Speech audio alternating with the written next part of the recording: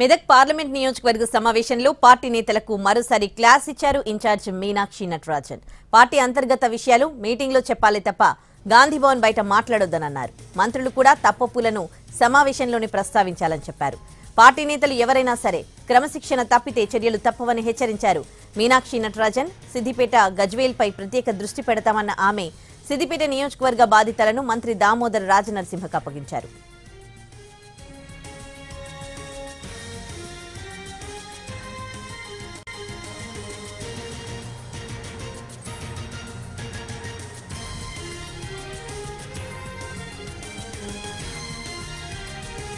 Medak parliament నియోజకవర్గ సమావేశం జరిగింది. ఈ సమావేశంలో పార్టీ నేతలకు మరోసారి క్లాస్ ఇచ్చారు ఇన్ఛార్జ్ మీనాక్షి నటరాజన్. పార్టీ అంతర్గత విషయాలు బయట ఎవరూ మాట్లాడొద్దని సూచించినట్లుగా తెలుస్తోంది. పూర్తి డీటెయిల్స్ ని గాంధీభవన్ నుంచి మా ప్రతినిధి చారీ లైవ్ లో అందిస్తారు. చారీ, కొద్దిసేపు క్రితమే మెదక్ పార్లమెంటు నియోజకవర్గానికి సంబంధించినటువంటి సమీక్షా సమావేశం ముగిసింది. ఈ సమావేశంలో చాలా కూలంకషంగా ఇన్ఛార్జిగా ఉన్నటువంటి మీనాక్షి నటరాజన్ కొన్ని దిశానిర్దేశం కూడా చేశారు. పటాన్చెరుకు సంబంధించినటువంటి అంశం మీద ఆమె ఎక్కువ ఫోకస్ చేసినట్టు కనబడుతుంది.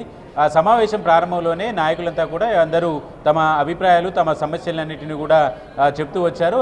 పటాన్చెరు నియోజకవర్గ కాంగ్రెస్ పార్టీ ఇన్ఛార్జిగా ఉన్నటువంటి కాటా శ్రీనివాస్ గౌడ్ తన సమస్యకు సంబంధించి ఆయన ప్రస్తావించారు. ప్రధానంగా పార్టీ కష్టకాలంలో ఉన్నప్పుడు నేను పార్టీకి అండగా ఉన్నా, కానీ నేను కష్టకాలంలో ఉన్నప్పుడు పార్టీ నాయకులు ఎవరు కూడా నాకు అండగా లేరు అనేటువంటి అభిప్రాయాన్ని నేరుగా మీనాక్షి నటరాజన్ ముందే స్పష్టం చేశారు. ఆ తర్వాత ఈ పటాన్చెరుకు సంబంధించినటువంటి వ్యవహారంలో కమిటీ వేసినటువంటి విషయము, కమిటీ ఇప్పటివరకు నివేదిక ఇయ్యలేని అంశము, వీటన్నిటిని కూడా ఇన్ఛార్జి ముందు కాటా శ్రీనివాస్ గౌడ్ స్పష్టం చేశారు.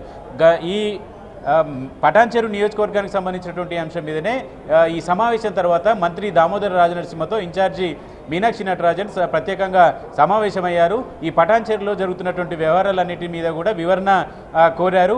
ఇంత జరుగుతున్నప్పటికీ కూడా పార్టీ నాయకులు ఎందుకు చొరవ చూపట్లేదు అనేటువంటి అంశాలన్నింటినీ కూడా ఇన్ఛార్జి మంత్రి దామోదర రాజనరసింహతో మాట్లాడినట్టు తెలుస్తుంది. అసలు ఏం జరిగిందో వివరణ ఇవ్వాలని కూడా దామోదర రాజనరసింహని అడిగినట్టు మన దగ్గర సమాచారం ఉంది. అయితే పార్టీ కోసం పనిచేసినటువంటి నాయకులందరినీ కూడా కాపాడుకోవాల్సిన బాధ్యత పార్టీకే ఉంటుంది. ఆ బాధ్యత నేను తీసుకుంటానని ఒక భరోసా అయితే ఇచ్చేటువంటి ప్రయత్నం చేసినట్టు తెలుస్తుంది. ఎవరు అధైర్యపడకండి, అండగా నేనుంటానని కాటా శ్రీనివాస్కి కూడా భరోసా ఇచ్చారు. ఈ పటాన్చెరు వ్యవహారం ఇలా ఉంటే పార్టీకి సంబంధించినటువంటి చాలా అంశాల మీద కూడా ఆమె చాలా క్లారిటీగా చెప్పుకుంటూ వచ్చారు. కార్పొరేషన్ పదవుల భర్తీకి సంబంధించినటువంటి చర్చ ప్రస్తుతం జరుగుతున్నటువంటి నేపథ్యంలో పార్టీ కోసం 10 ఏళ్లు కనీసం పనిచేసినటువంటి వాళ్లకు మాత్రమే కార్పొరేషన్ చైర్మన్లు ఇవ్వాలనేటువంటి నిర్ణయం తీసుకున్నట్టు, ఆ నిర్ణయానికి అనుగుణంగానే కార్పొరేషన్ చైర్మన్ పదవుల భర్తీ ఉంటుందనేటువంటి అంశాన్ని కూడా మీనాక్షి నటరాజన్ స్పష్టం చేశారు. కార్యకర్తలని ఇప్పటి వరకు పనిచేసినటువంటి పార్టీ కోసం పనిచేసేటువంటి వాళ్లకు గుర్తింపు ఎలా ఇవ్వాలి, వారి సేవలు ఎలా వినియోగించుకోవాలనేటువంటి అంశాల మీద ఎవరు ఆందోళన చెందాల్సినటువంటి పని లేదు. కొత్తగా పార్టీలోకి వచ్చినటువంటి వారితో పని చేయించుకుంటూ కలుపుకొని పోతామనేటువంటి ఇండికేషన్ కూడా మీనాక్షి నటరాజన్ స్పష్టం చేశారు. ఇక వీటితో పాటుగా గాంధీభవన్కు సంబంధించి విషయాలు కావచ్చు, క్యాబినెట్లో మంత్రులకు సంబంధించినటువంటి విషయాలు కావచ్చు, ఏ సమస్య మీదనైనా సరే గాంధీభవన్లో జరిగేటువంటి సమీక్షా సమావేశాలలో మాత్రమే అంశాలన్నిటినీ ఓపెన్గా చెప్పండి, కానీ బయట గాంధీభవన్ బయట సోషల్ మీడియాలో ఎక్కడ కూడా ఈ విషయాల మీద చర్చ చేయొద్దని నిక్కచ్చిగా చెప్పారు. ఒకవేళ ఇలాంటి చర్చ గనక చేస్తే ఎంత పెద్ద నాయకులైనా సరే ఉపేక్షించేది లేదు, చర్యలు తప్పకుండా తీసుకుంటామని చెప్పేసి మీనాక్షి నటరాజన్ మరొకసారి స్పష్టం చేశారు. ఇక గజ్వేలు, సిద్దిపేటకు సంబంధించినటువంటి నియోజకవర్గాల మీద కూడా ఫోకస్ చేయాలని పార్టీ నాయకులకు దిశానిర్దేశం చేశారు. సిద్దిపేట, గజ్వేల్ 2 నియోజకవర్గాలను స్పెషల్ కేటగిరీగా తీసుకొని ఇన్ఛార్జీలుగా దామోదర రాజనరసింహకి బాధ్యత అప్పగించడం తెలుస్తుంది. అక్కడ పార్టీ నాయకులు అలాగే పార్టీ పదవులకు సంబంధించినటువంటి అంశాలన్నీ కూడా దామోదర రాజనరసింహనే సమీక్ష చేస్తారని చెప్పారు. దీనికి జిల్లాకు సంబంధించినటువంటి సీనియర్ నేత జగ్గారెడ్డి కూడా ఈ అంశాన్ని ప్రస్తావించినట్టు తెలుస్తుంది. ప్రభుత్వానికి సంబంధించినటువంటి వివరాలు, పార్టీకి సంబంధించినటువంటి అంశాలన్నింటినీ కూడా ప్రస్తావించేటువంటి ఆలోచనలో ఉన్నటువంటి జగ్గారెడ్డి మీటింగ్ తర్వాత ప్రత్యేకంగా సమావేశం అవుతామని ఇన్ఛార్జికి చెప్పి ప్రత్యేకంగా అపాయింట్మెంట్ కూడా కోరారు. రేపు అపాయింట్మెంట్ తీసుకున్నట్టు తెలుస్తుంది.